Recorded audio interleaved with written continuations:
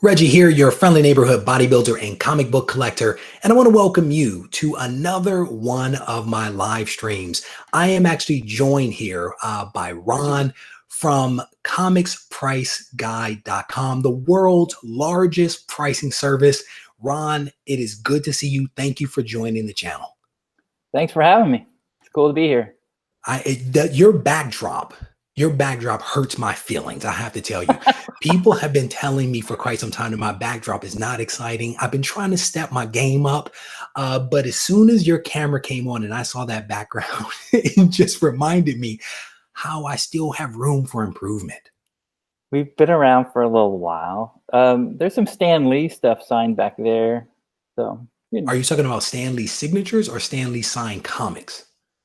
Stan Lee signatures. Very nice. That. What are some of the figures back there? I see an old school Wolverine back there. You're gonna make me turn around here. So we have some of them are Bowen statues. So we were big into the Bowen Studios for a long time. So we have several of those. There's some sideshow statues that are at the door that you can't see. I see a lot of Batman back there. That's the Batman rack right there. That's right in front of my desk, so I always enjoy that. If I tilt it just a little bit, you can see Batman's wearing Mardi Gras beads. Oh man, check that out. We don't ask what Batman does on his own time. I was just watching an episode of Cops, and it was set in Mardi Gras at the time. So I'm not going to talk about the debauchery that I saw that Bruce Wayne is probably involved in. So we're just going to move this conversation along. Decision. Ron, can you tell people a little bit about who you are and what you do there? Okay. Well, I am the marketing guy at Comics Price Guide. So I do the social media things and just all kinds of customer things, price things, watch the Google Analytics, see how we're doing, how our different campaigns are doing. So it's fun stuff. So you sound like me, because I am also a marketing guy by profession. So we should get along incredibly, incredibly well. So, all right. So during the introduction, you kind of mentioned, and also during our prep session, you mentioned that there's a lot of things that you touch, right? As a marketing guy, we tend to touch everything across an organization, right? If there is a gap to be filled, direction to be provided, we typically jump into that spot. Given that you are a collector, right? You have been for a long time and you're a Batman fan. I'm curious how you being a collector influences some of the decisions and some of the things that you are doing at the company. Can you talk a little bit about that? Because I'm guessing that there's a connection between those two things. There is. So for what we do is we typically think, what do I really want? And we kind of brainstorm about what it is that we want our collection to be or do. And then we try to make it happen, which is fun. The other thing that's important is with speculation. So I was around during the 90s bubble that happened, and Wizard was driving the prices up for speculation books. And we don't want to be that. So Brian and I and some of the other members and the admins recognize what happened before, and it hurt the hobby. And so we don't want to strongly encourage, we want to give people hot books, but we don't want to encourage them to speculate and hurt the market.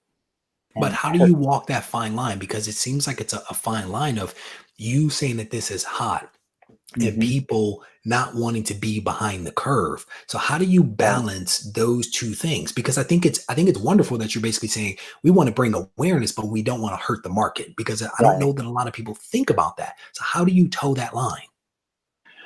Well, there are certain things like when you see an independent book pop up and no one knows why it's hot, and yet it goes up to $100 and everyone says it's because it's rare. Well, there are a lot of things that are rare in the current comic book world. I feel like that's a marketing ploy by those small publishing companies to get their name out there. As a marketer yourself, they use these ploys to kind of, and I feel like people get sucked into it and they buy those books.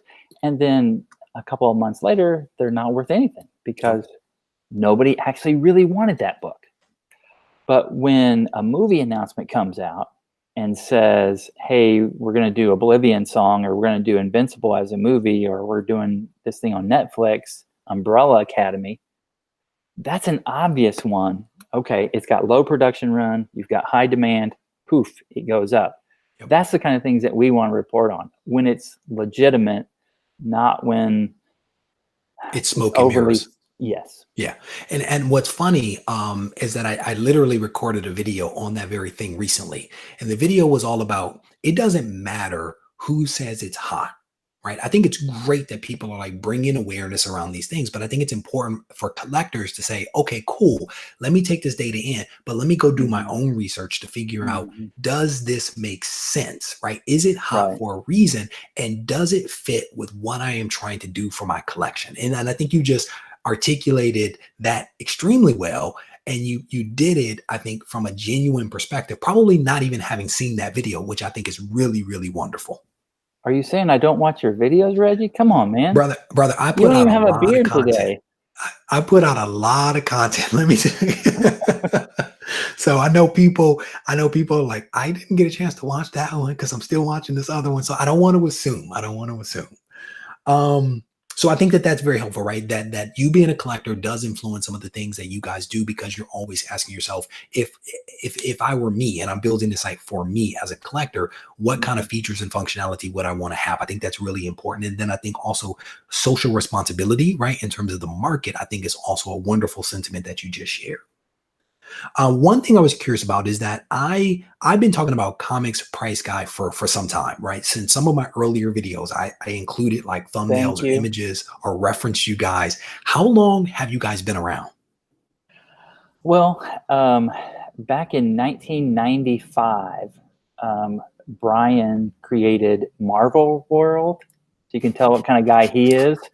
Marvel World. And then I think he kind of realized that maybe Marvel might not like that, or they might come after him for that.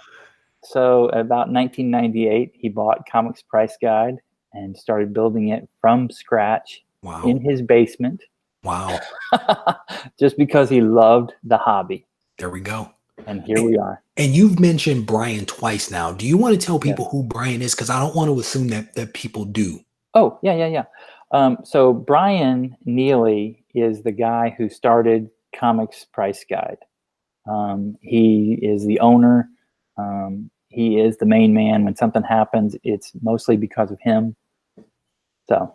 Got it. That's super helpful. And I really like the Marvel World name. I'm gonna just put that out there. But I could see how it might like alienate some DC people, some independent people, and it may also send the wrong signal to Marvel. They may not like that. Copyright infringement is like a big deal, Kind of a big deal. Yeah. People frown upon that, So that definitely is helpful. And then how long have you been there? I'm curious. I've only been here for a year and a half.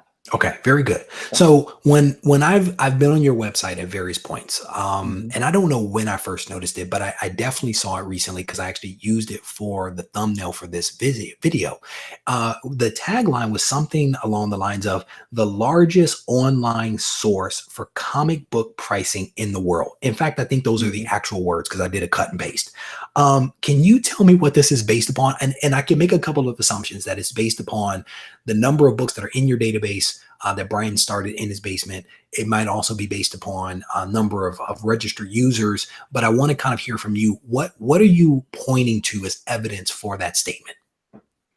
Well, we have 1,050,000 something books in our database. So that's just the page. So there's 1,050,000 pages, and it has raw and graded, and then there are 4 pages for each of those. Wow. Broken down. So we're the biggest. We have a lot of things listed, and it's being added to every day. We also have, from when we started keeping track, over 1 million members, and that could be free or paid. Wow. So That's a lot of people. There's a lot of people, and you just highlighted the fact that there's also, to some degree or another, a lot of pages on this website as Yeah. well. There are a lot of aspects to your site, and I wrote myself some notes here. There is the pricing guide, there's the community tab, there's the blog, there's the forums, there's a marketplace. How do you guys, if someone were to ask you as the marketing guy, how do you go about describing what the site is and what it offers? Well, I mean, in one thing we are collection management, one thing we are a price guide, and a third is that we're a sales platform. So the sales platform is the one that most people don't always see. We try to be a community. That was Brian's vision in the beginning, is to make this a comic community. So that's what we try to be. But I can walk you through, if you want me to walk you through kind of. Yeah, I think that would be awesome. I mean, because again, there's so much to your site. I think it would be awesome if you could take a couple of moments to kind of maybe highlight some of the major sections and the major features and functionality. And what I'm going to do while you're doing that is I'm actually probably going to be a little quiet because I want the camera to kind of focus on you and what you're actually going to show people. Okay. So can you see it now? Yes, I can. Okay. So when someone signs into the site, they can see this. You can see my collection. So these are the books I've recently added. So I could view my collection here. And I haven't put all my books in, so sorry about that 70,000 number. I'd like it to be more. And then you can click into pretty much anything. These are the different publishers. So it lists all the titles that I have. And then at the bottom, it says the top titles and tells you how many issues you have of each. The top issues, top graded issues. You can also do a display case. So you can take a picture of your book and put it into, so these are my, I guess, some of my best comic books. And these are pictures of my actual books. These aren't stock images. And when it's saying your best books, is that based upon the value? Is that what decides what gets pulled into that display case? Or can you decide personally that you want to show some books in that display case versus others independent of value? You can do it independent of value. It will sort them by value. But you could do it, it's really about, if you put the picture in there, then it will show it up in the list. If it's below 48, then it won't show in the list. So it only has the top 48.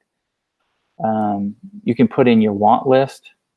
And the cool thing about the want list is that when someone has it for sale, it'll tell you they have it for sale.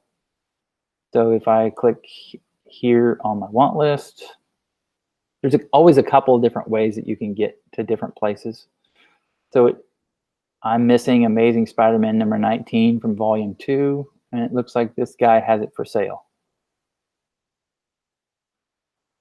So, and then you can list things for sale just by clicking on a single button, and you can list them for sale. Very nice. And then are there fees for that? Well, we can get to that later. Keep doing your walkthrough. I'm sorry.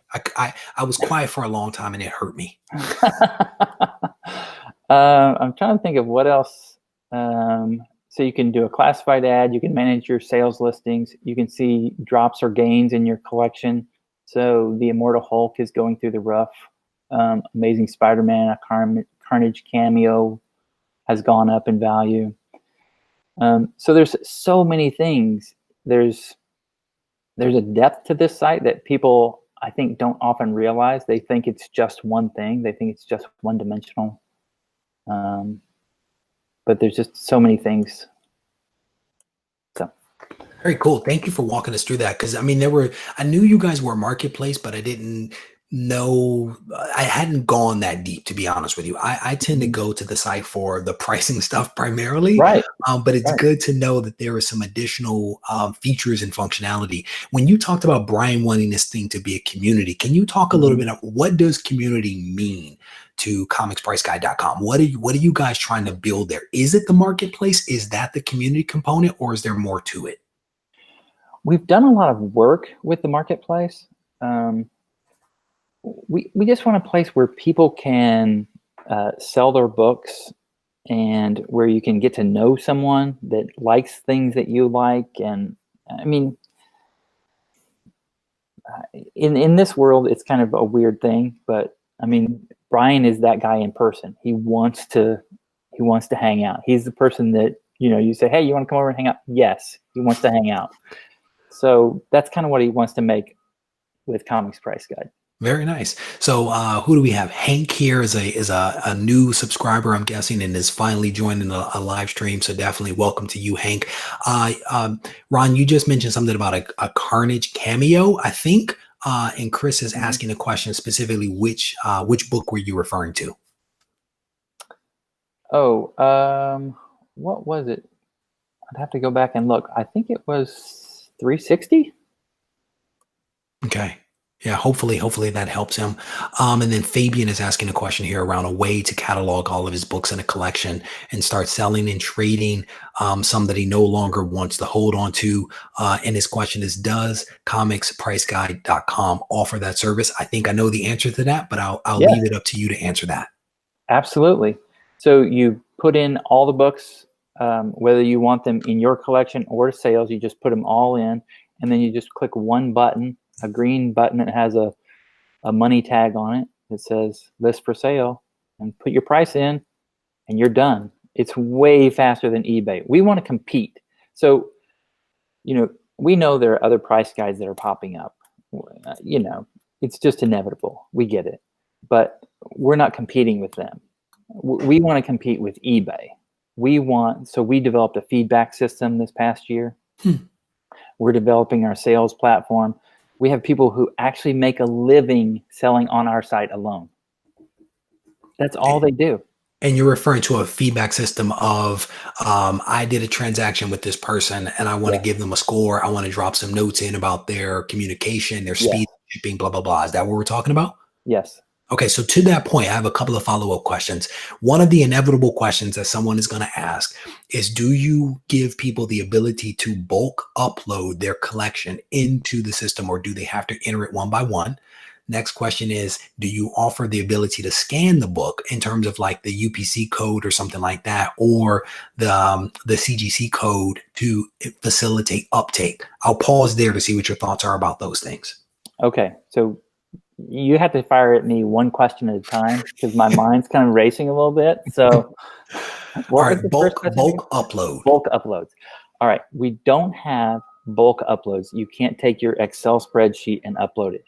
You can, like, I have a run of Batman, 300 or 400 issues of Batman. I could input a run in about 5 seconds. So I just put the start number and the end number, and I can upload all those, boom, in like 5 seconds.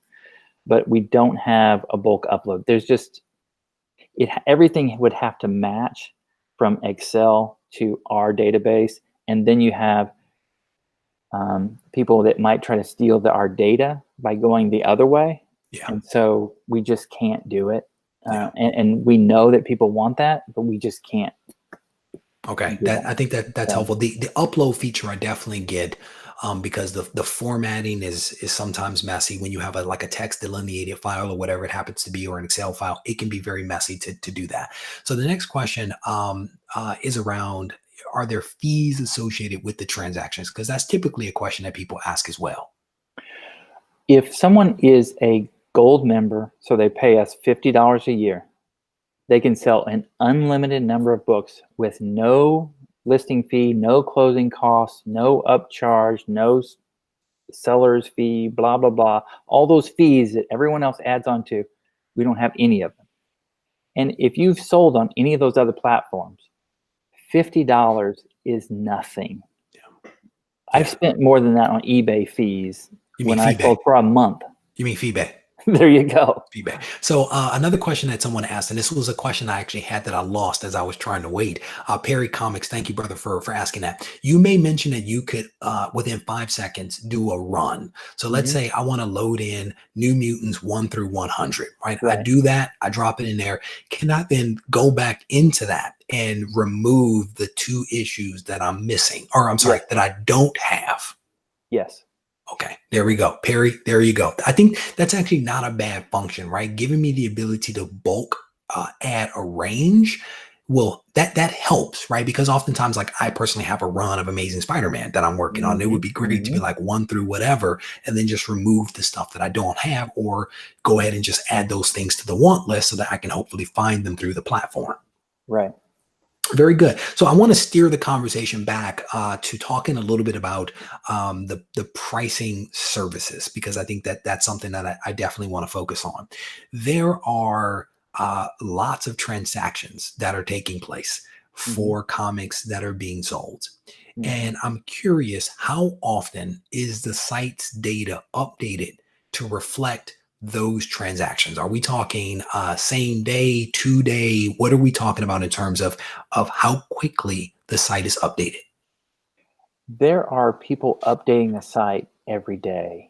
I mean, we try every day to make updates as far as pricing goes. So, okay. And then there's another question here that I got from my buddy Chris Barrett. I guess you guys have a watch list. And his question was, how often is the watch list updated? It depends on what's hot, Chris. So we have, so for our blog, we typically post a hot list of comics every couple of months. And then we also have that watch list there. You can also go to our site and see the books that have changed in value recently. So if you went to the site and looked at price guide, clicked on that, and then it says recent value changes, you could see all kinds of things that have gone up or are hot. So yep, very good. And my buddy, I'm sorry, I cut you off. I apologize. I was going to say there are several different places that you can find that information. There we go. My other buddy, Chris from We Love Comics, is asking a question about buyer protection program, because that's one of the benefits of the eBay and the PayPal systems, is that they offer buyer protection. And he's asking that question for some reasons, because there is fraud. It happens. It's inevitable if money is involved. Do you guys have any protection in place for buyers?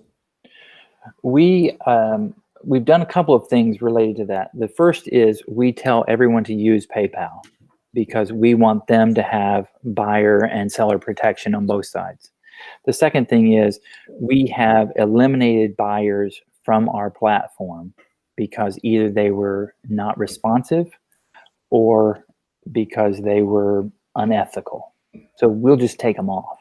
I mean, if you're going to be that way, we don't want you. So that's not a person that you want in your community, you know?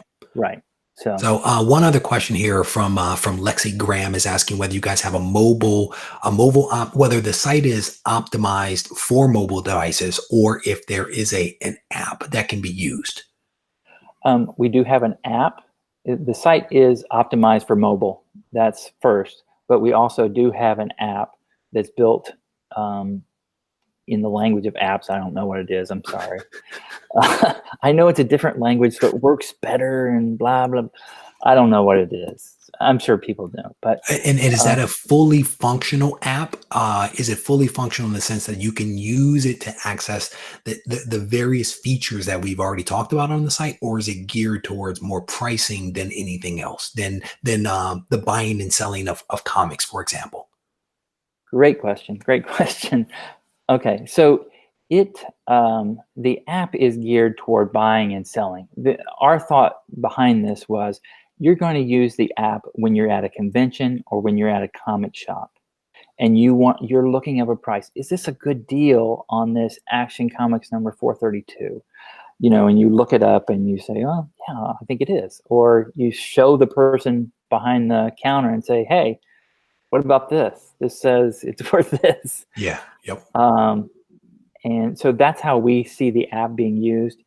But there is an integration. So if you have an account on Comics Price Guide and you buy our app, sign in with that account, it will show your want list.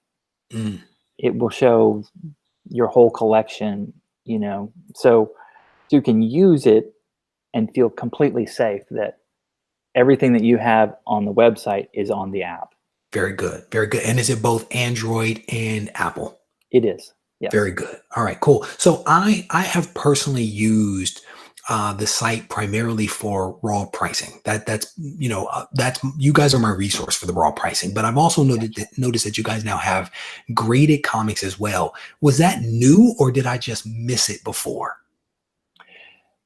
Graded comics have been on the site for a long time. So when CGC kind of rose to prominence, we started getting people saying, "Hey, you guys should give prices for these," and so that's when it started. So I don't remember when, but it's been a long, long time. Okay, so I just missed it. That was the most polite Reggie, you missed it response ever. Well done, sir.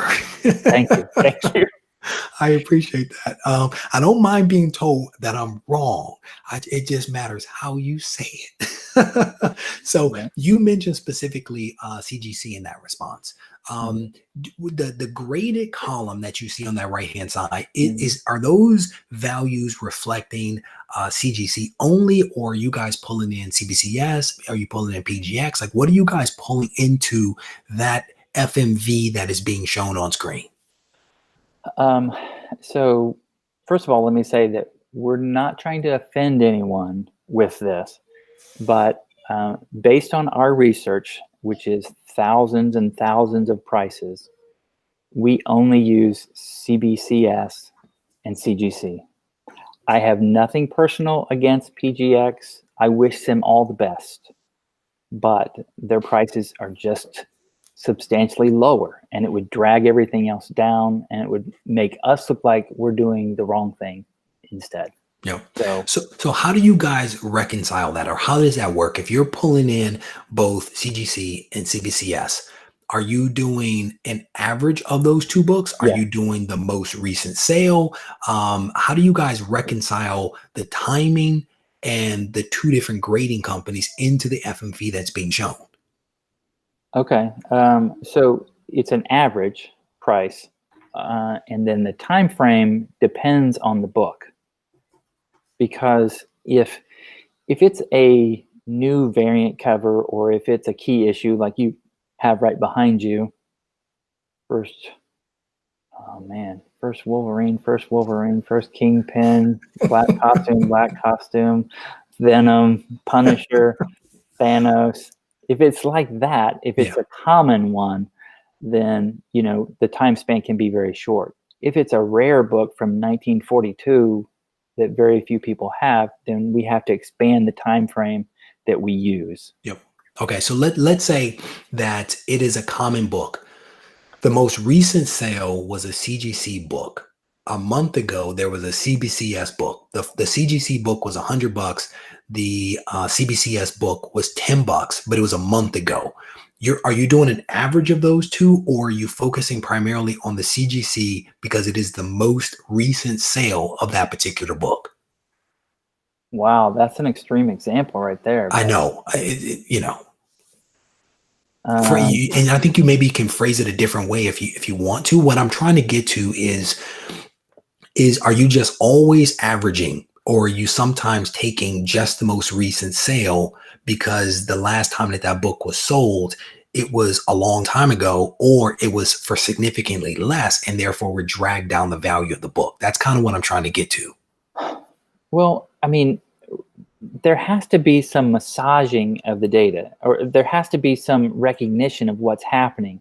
Like, if an announcement came out that a movie is hitting, the day before that announcement came out, a book could be one thing. After that announcement, it's going to be something completely different. So we try to consider those factors involved, so we can't add in something that was ridiculously low to it, because that's not the market anymore. That announcement was made. It's out there. Yep.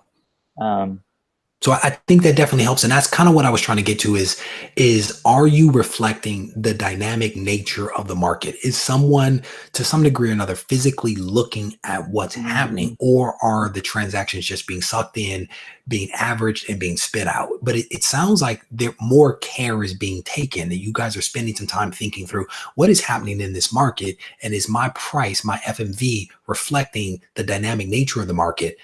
That's kind of what I was hoping to kind of hear from you, and I'm hearing yes. Is that fair? It is, that is what's happening. And we have a group of admins. Those are our volunteers on the site that have extra privileges, and they make me look like a blooming idiot with my comic book knowledge. I'm serious. I'm Yeah, like, I don't even know how these guys have this much knowledge. And so we have a large group of people like that, that are so instrumental in helping us see things. And so you have these guys over here, and they're not all in the US. So that's they cool. might be in Canada, or they might be in a different region, and they're pulling in their information and their data, and you're like, okay, yes, I see what you're talking about.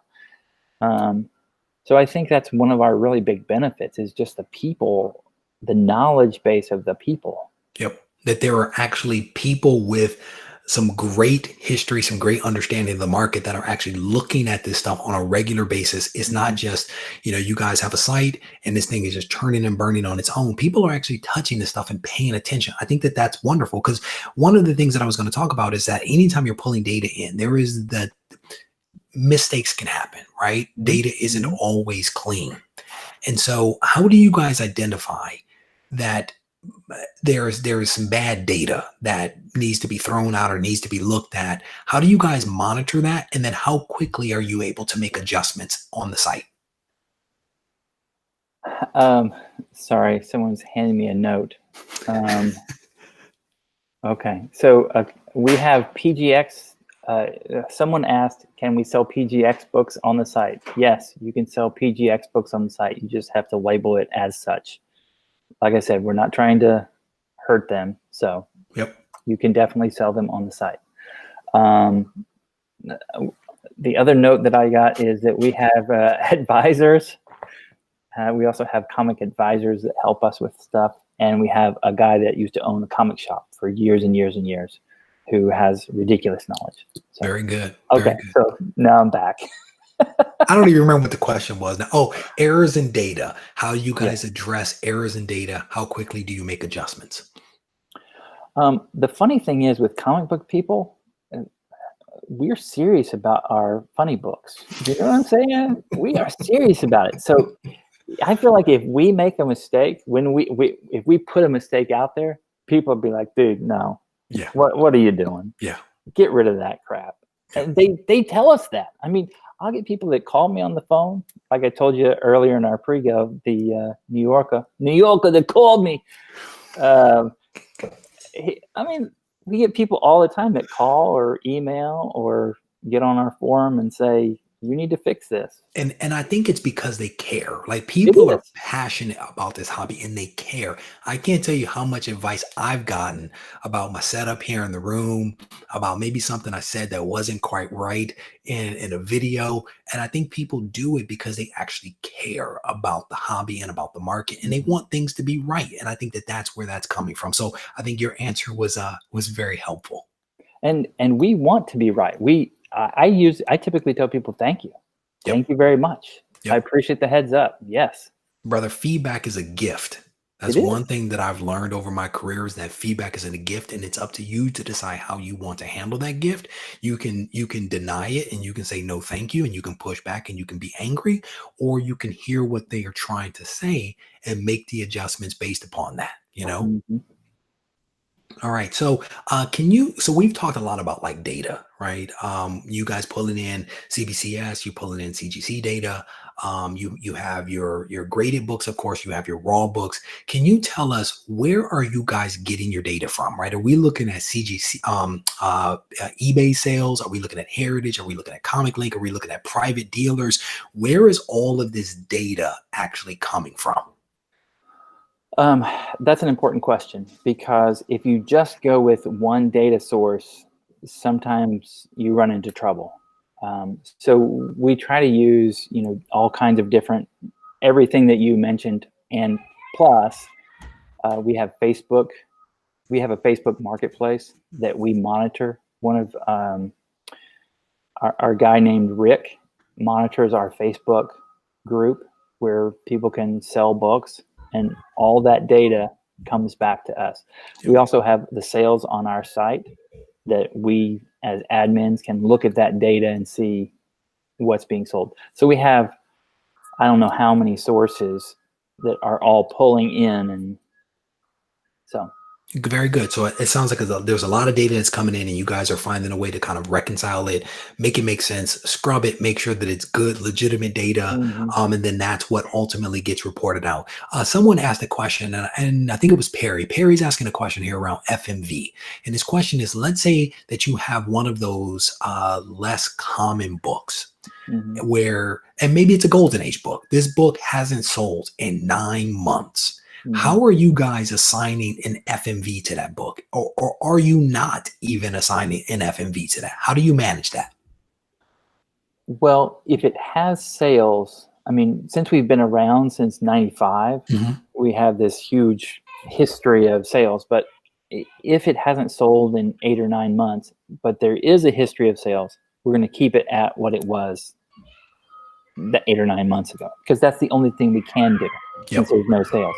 If there's never been a sale on the book, then we have to put no value on it. And there are a few books on our site that have no value because we can't put a value on it without sales information. And is there a way for someone to discern that the FMV that has been assigned to that book is an old FMV? Like, for example, in the same scenario, will I know that that book hasn't sold in 9 months? Or let me just pause there. Will I know that that last time that that book sold was 9 months ago based upon the FMV that I'm looking at? We don't give a date when we last put that price in there. So no, you wouldn't know that. Okay. And I think Perry's making a comment here. So you wouldn't have an FMV, just they recently sold. That makes sense. So I think we kind of addressed his question. So I think that works. Cool. And again, if you guys are in here in the live stream, definitely drop your questions into the live stream and we will try to address them as best we can. And definitely stay tuned because Ron is going to be making an announcement towards the end of this video that I think that you guys are going to want to hear. So definitely stick with us. So my next question is here. Can you tell me a little bit about the math behind the values that are actually being shown for both the raw and graded books? I'm guessing that you're taking the raw data that we just kind of talked about from all these sources. You're tweaking it, you're massaging it, you're doing your averages for your FMVs. So I'll pause there to kind of see how are you guys like aggregating and then reporting out all of this data that's coming in? I think we've kind of covered it because it's the average. If it's a hot selling book, it's going to be a much shorter time, a month or less. If it's a slow selling book, it's going to be a much longer time. Some of our recent changes were like Nova #1 and Eternals #1. So you can kind of look at what we're doing there. If someone wants to go on the site and look, they don't have a real specific formula. That's just what the sales dictated they be. Yep. Very good.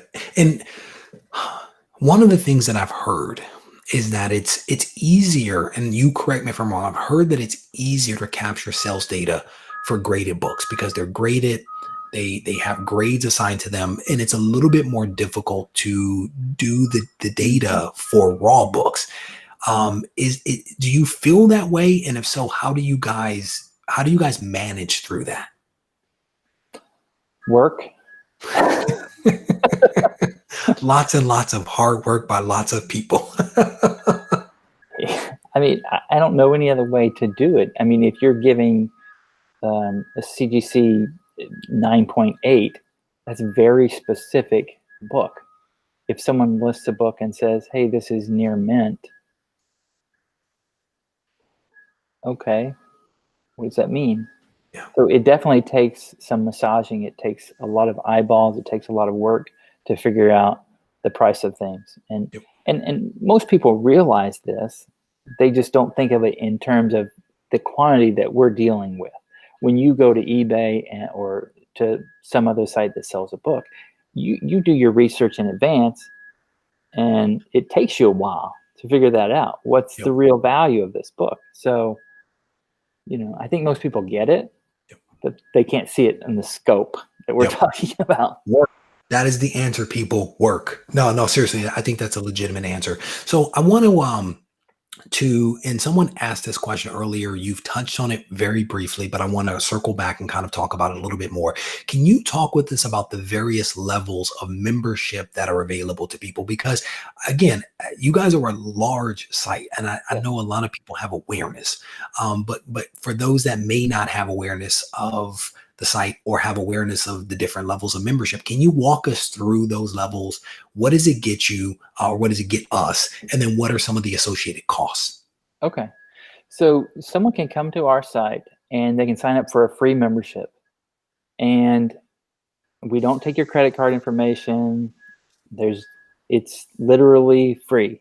You can look up every single price that you want to. There's no limitation on the amount of times that you can look things up on our site. You can't look them up 8 or 10 times and then have to be charged. You could look up all 1,050,000 books if you have that much time. But you can't put your books in the collection. You can only put 50 books into the collection because that uses our resources. I mean, looking up everything uses our resources, but we want to be that to the community. And then we have a silver membership, which is $5 a month or $30 a year. And that allows you to put 300 books into the site. And then we have a gold membership, which is $8 a month or $50 a year. Just $50 a year. You spend more than that on coffee. Come on. And that lets you put an unlimited number of books into your collection. It lets you sell an unlimited number of books on our site. You have full access for $50 a year. Yep, very good. So let's look. There's a couple of questions here. Jose is dropping a question and he's saying, what are the shipping options? Is it up to the seller? What if you purchase the book and it's not the quality that was described in the seller is gone? Can you talk? He's got a couple of questions in there, but let's first talk about shipping costs. How is that dictated, or is it up to the buyer and seller to negotiate that? How does that happen? We do not make them assign a certain shipping cost. They assign the shipping cost. So we give autonomy to the seller. If the book is not purchased, he's saying if the book is purchased and it's not the right quality, like someone says it is near mint and it comes in as fine, I'm guessing that's maybe the buyer protection, or there's some other options that people have to find some agreement there. Right now, if you're dealing directly with the buyer and seller are dealing directly with each other. We are technically not in the middle of it. We are just connecting the two pieces together. So that's why we encourage people to always, always, always use PayPal, so that you have some protection and you can get your money back on anything that you buy.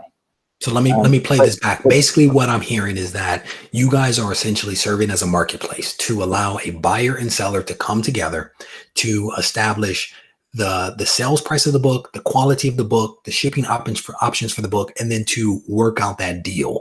If there is something where the buyer and seller don't agree, they should be using PayPal, for one, to resolve that issue independent of your website, correct?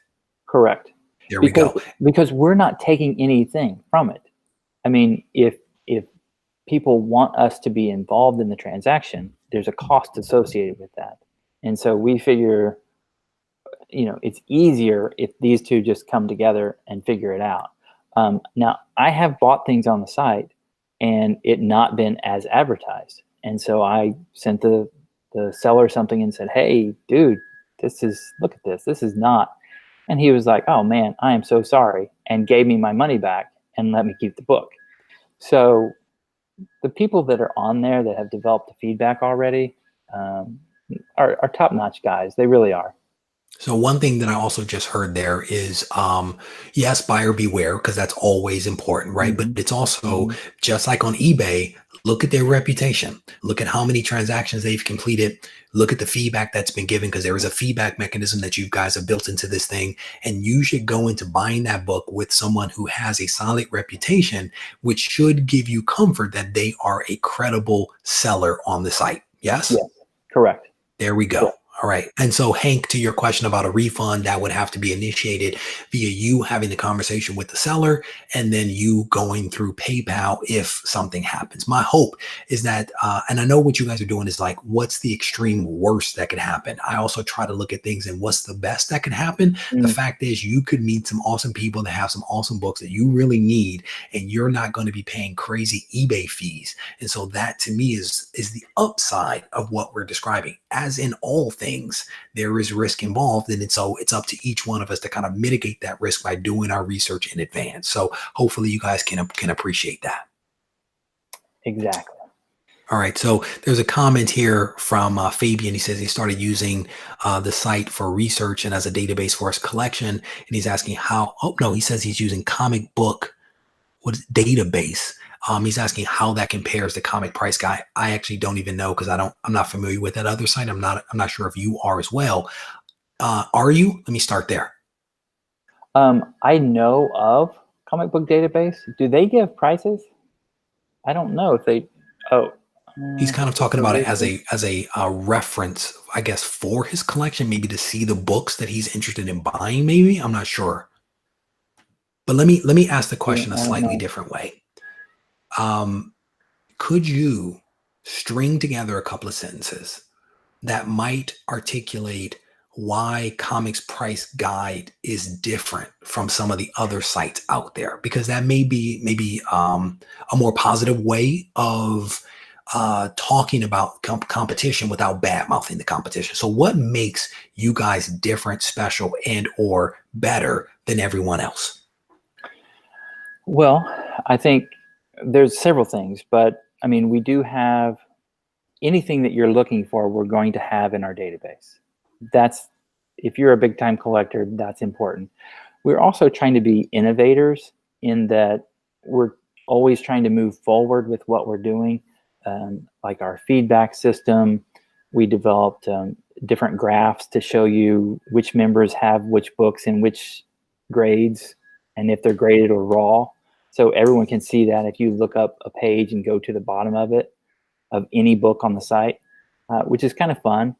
We're trying to innovate as far as variants go. So the variant explosion that's happened has caused us to rethink variants and how we put them on the site. So there are now labels for different printings, the variants, the exclusives, the retailer incentives, the retailer appreciation, the RRPs, the alternate publishers, so that it clarifies things. For years, Whitman has been called a variant. Whitman is not a variant. Whitman is a publisher. That's like saying every Marvel book is a variant. It's not. It's a Whitman book. Yeah. So we've started moving all the Whitmans out of all the places that they were in with Gold Key and with Marvel and DC. We're still in the process of moving them, but no one else has done this. I mean, so we're trying to help the collector. And I think that's who we are at our heart, is us, the advisors, the admins. Everybody just wants to help collectors. So there you go. I think that was a very helpful answer. And as I'm doing this, kind of wrapping this thing up, if there's questions that you're seeing popping up in the chat, Ron, that you want to answer, let's go ahead and knock those things out. I don't want to leave anyone hanging if there's something of interest there that you want to kind of speak to. So as I do wrap this thing up, unless there's more questions that kind of flow into this thing, where can people, and this is an easy answer, right? It's kind of built into the question. Where can people learn more about comicspriceguide.com? Built into the question. Yeah, thank you. You might need to ponder that one. It's a softball pitch. Comicspriceguide.com. So There you go. And then you guys are also on some social media as well, yes? Do you want to go ahead and give them the platforms that you're on, as well as like the screen names and usernames and that kind of stuff? we are on Facebook. We have probably 27,000 people on our Facebook page. We've just started doing Instagram. So we're Instagram /Comics Price Guide. And if you want to meet personal, it's Instagram /Ron Batman. Go figure. It's hard to figure out. So we'd like to grow those. So if you would be so kind. Yeah, folks, I'm telling you, if you get a chance, swing by Instagram, because you guys know that's my preferred platform. That's where I interact with most people. Definitely check out those two Instagram pages. Give them a follow. Interact with these guys, because I've had a couple of conversations with them, and they are good guys. I've actually enjoyed each of the interactions that I've had with them. So if you guys get a chance, definitely check that out. So Ron, we've talked about a lot over the course of this discussion, and we walk people through the site. We've talked about the different features and functionality. We've talked about what makes you guys different and unique and special. Is there anything else that you would want to add? Is there anything else that you would want people to know about the site, about you, about Brian, about anything? I want to give you guys an opportunity to kind of, hit the nail on the head here as we wrap this thing up. Wow. Just giving me carte blanche, huh? There is a delay here, so I got you. Don't worry about it. Okay. Wow. We have dreams for this site. We know that we're a big site. We have a lot of things going, but we want to keep pushing. We want to keep becoming better. We want to keep growing. We want to keep adding things to our site. I'm trying to get, I don't know, shh, don't tell Brian. I'm trying to get Statue Price Guide. Uh-oh. So I own that domain name, and I'm trying to get him to add it to the site. Don't tell him I said this. That's cool. He'll know. Is there a pricing service for statues now? Because I that's foreign to me. You see this one behind me. I've had this thing since I was a teenager. It's like just a plastic blob. Are there services now for pricing for statues? Not that I found. Now I do have probably 400 or 500 statues on that Statue Price Guide. That's a side project for me. Yeah. Side project. But I would love to tie it in. I just think that'd help grow the community, and I think it'd be awesome. That's very cool. But the special thing that we wanted to offer is for people that are Regie people, who are the awesome people that watch Reggie's videos, we wanted to give you a 20% discount for a new gold membership. So if you go to our site and sign up, you can put the promo code in Regie Collects, and you get 20% off. That's awesome. And it's REGIE, Regie Collects. And that gold membership is $50 for the year, and they get 20% off that. Can they do the monthly, or do they have to buy the annual in order to get the 20%? They for that particular thing, they can only do the annual. They only the annual. And then how long is this? First, let me say thank you very much. Because one thing that people are always asking me for is, Regie, can you hook us up with like some discounts and incentives and things like that? They appreciate the good information, and the information leads them to take action. And so if I'm going to take an action, can I save a little money along the way? And so I think it's very generous of you to put this in place for people to save 20% on the gold membership. But is there a limit in place for how long this offer is going to be available to people? We just put it for a week, so it's 1 week from right now. Just put that promo code Regie Collects in there, and save some money. So today is Tuesday, March 7th. You have 7 days. I'm guessing that's a week. Was it 5 days? Today's not Tuesday. Thursday? Sorry, I need to learn to read. Thursday, the 7th, and you guys have a couple of days to take advantage of this very generous offer. Ron, I want to thank you, brother, for all the interactions that we've had offline. Thank you for agreeing to come on the live stream to talk about the website and the services that you guys offer. I think this has been a very good conversation. I think it's been informative for people based upon the responses that I'm kind of reading off here to the side. Thank you and Brian for the generous offer to help people save a couple of bucks. I've really enjoyed this conversation, so I wanted to say thank you for that. You're the best, man. I try, brother. You are, man. And It's fun. I can see us. I can see us hanging out, man. So you need to come to some convention in the Midwest so we can go and hang out and just have a good time. Brother, we might make some magic, and we can talk about Batman because I'm starting to be a Batman fan. And if Brian is watching this in the other room, Lexi is saying that statue price guy would take her life away. And I think that's a good thing.